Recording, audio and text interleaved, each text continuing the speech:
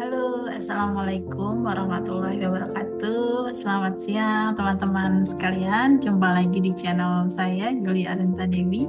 Kali ini kita akan membahas tentang psikologi sosial, yaitu pengaruh sosial.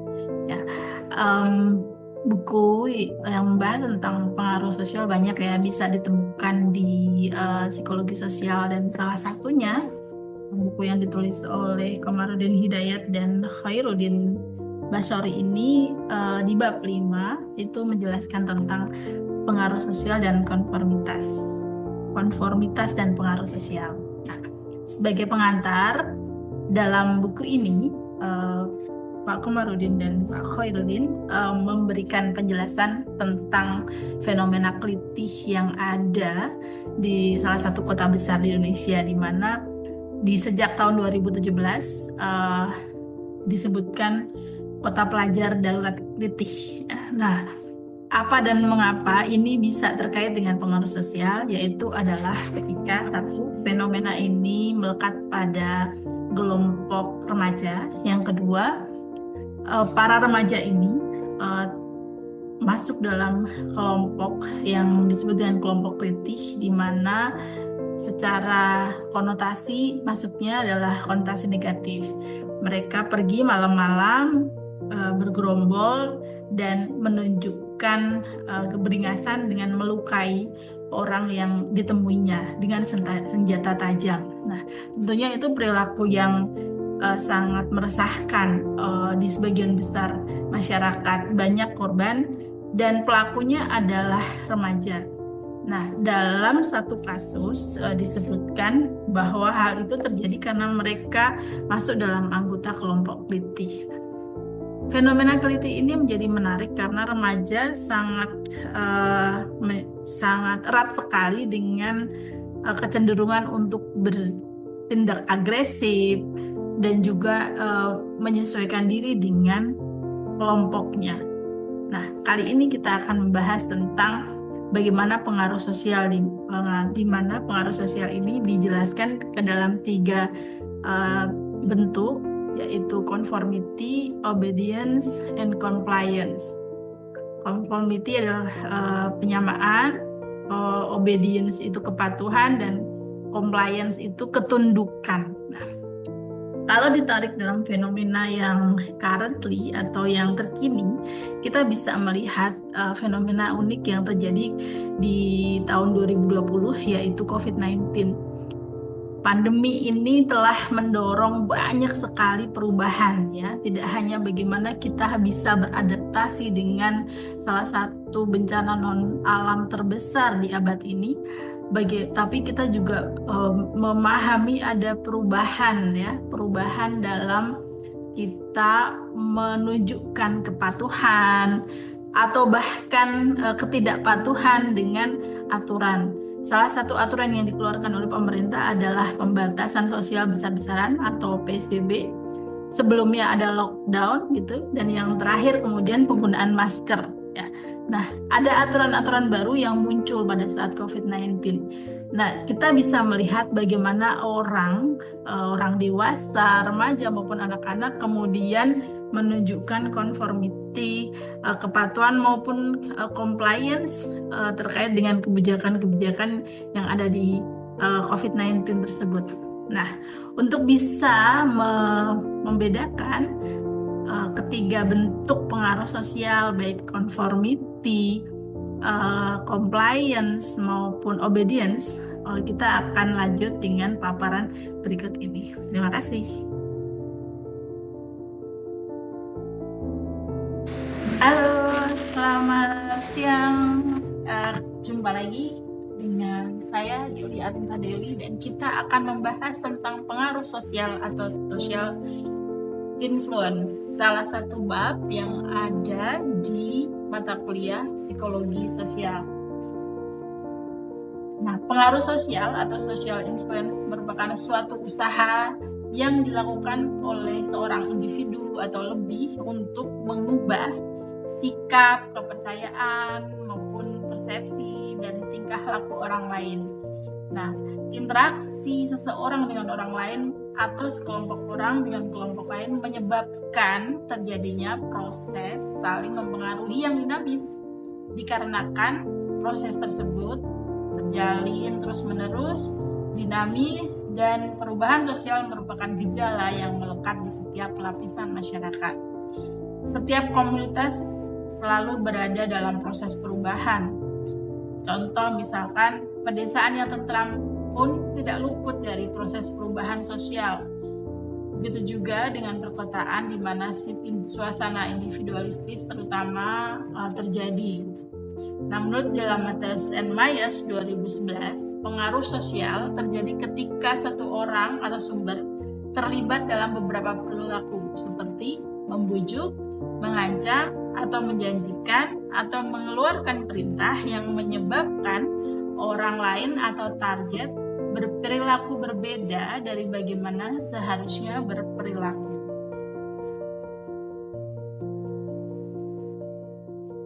Oke, dalam Suryanto et al. 2012 menunjukkan ada ketiga bentuk pengaruh sosial. Yang pertama adalah konformitas atau conformity, yang kedua adalah pemenuhan permintaan atau penundukan gitu ya, compliance, dan juga kepatuhan atau obedience.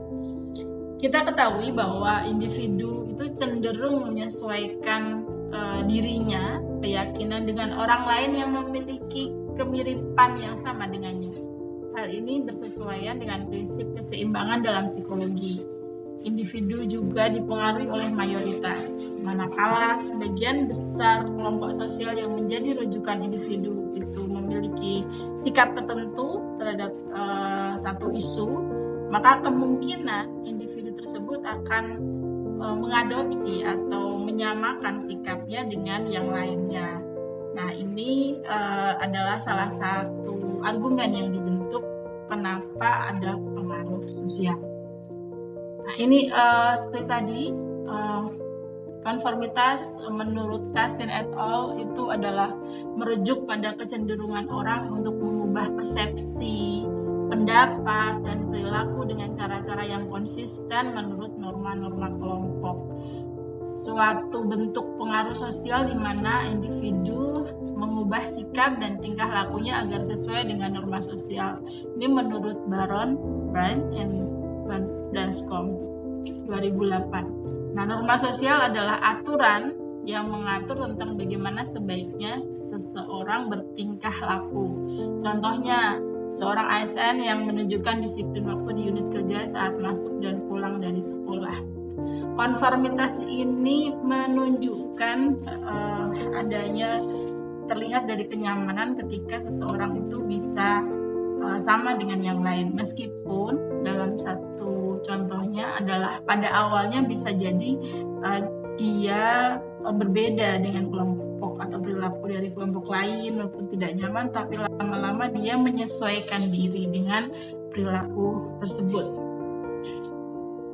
Proses konformitas yang terjadi diakibatkan karena dua hal. Yang pertama adalah adanya pembentukan norma di dalam kelompok atau komunitas. Yang kedua, adanya tekanan kelompok atau group pressure. Norma-norma adalah pedoman berlaku yang membentuk dan mempengaruhi tindakan kita. Norma itu dapat dan bisa berubah.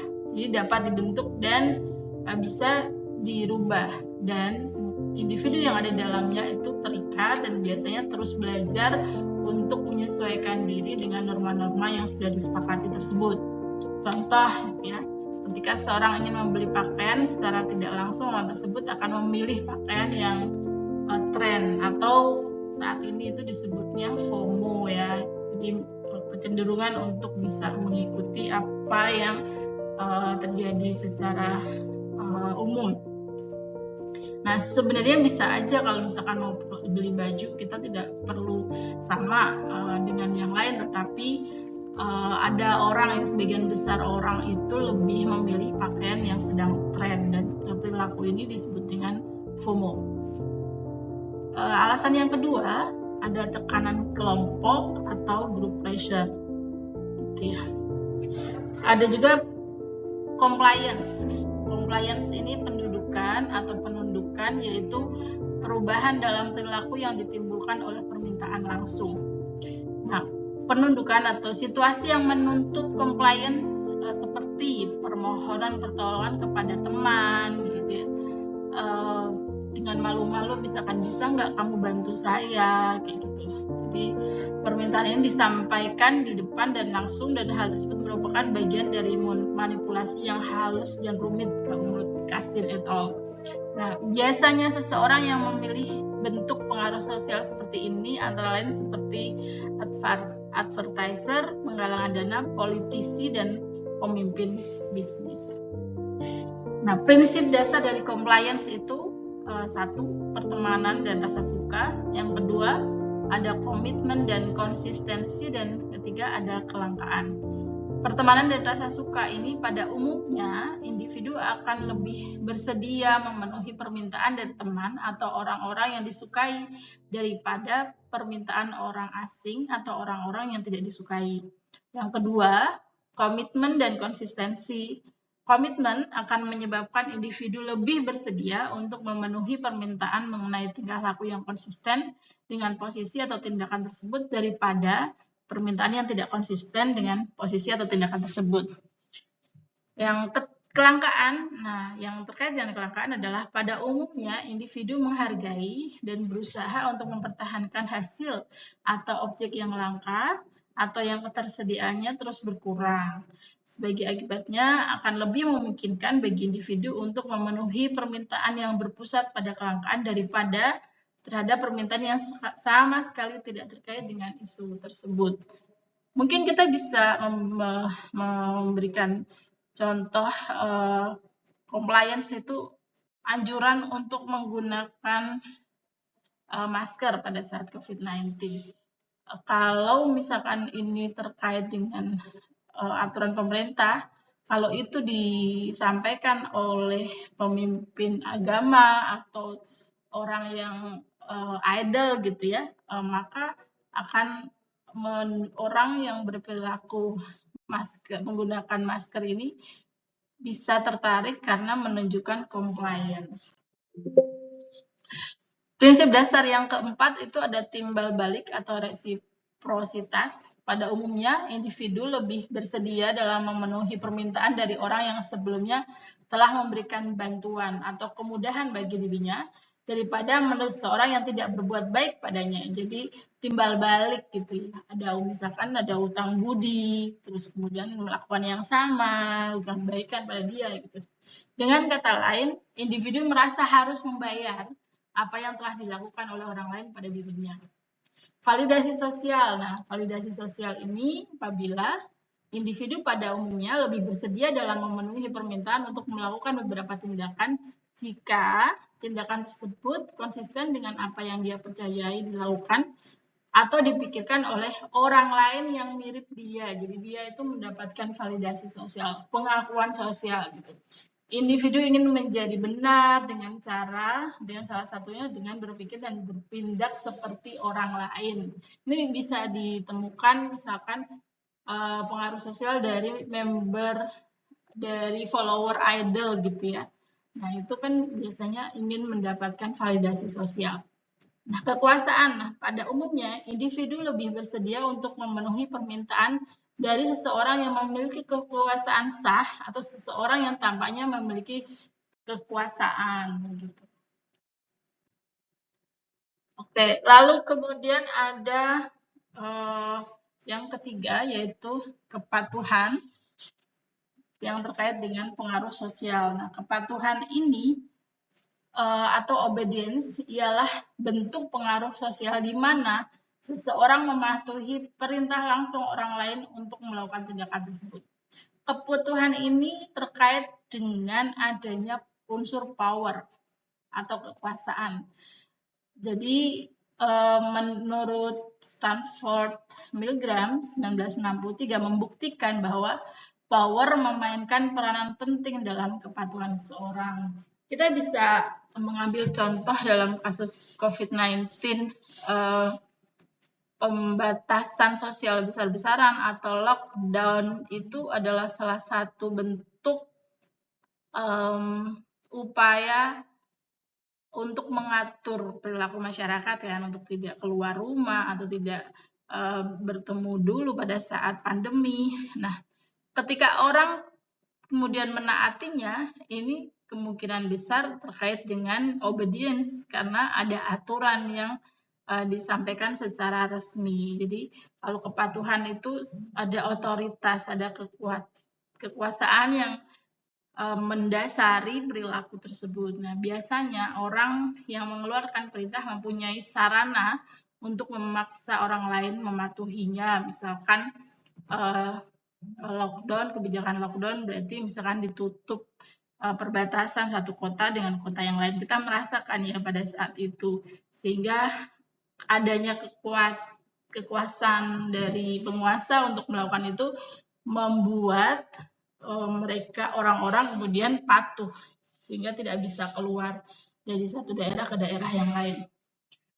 Faktor yang mempengaruhi kepatuhan menurut Sukanto 1992 terdapat 4 faktor yang dianggap dapat mempengaruhi kepatuhan pada diri seseorang, yaitu 1. Indoctrination, yaitu sejak kecil manusia telah dididik agar mematuhi kaidah-kaidah yang berlaku dalam masyarakat. Yang kedua, habituation atau pembentukan kebiasaan sejak kecil. Lama-lama kebiasaan itu bisa menjadi satu kaidah yang berlaku. Utility. Nah, pada dasarnya manusia mempunyai kecenderungan untuk hidup pantas dan teratur. Kaidah itu terus kemudian dilakukan untuk utility. Dan group identification, salah satu seseorang patuh pada kaidah atau pada aturan adalah karena kepatuhan tersebut merupakan salah satu sarana untuk mengadakan identifikasi dengan kelompok. Baik, jadi ini perbedaan dari ketiga jenis pengaruh sosial. Sekarang mari kita diskusikan masing-masing contoh yang relevan di bidang pekerjaan Anda atau di kehidupan Anda yang terkait dengan pengaruh sosial. Apa contoh conformity, apa contoh compliance, dan apa contoh obedience. Oke, terima kasih. Demikian penjelasan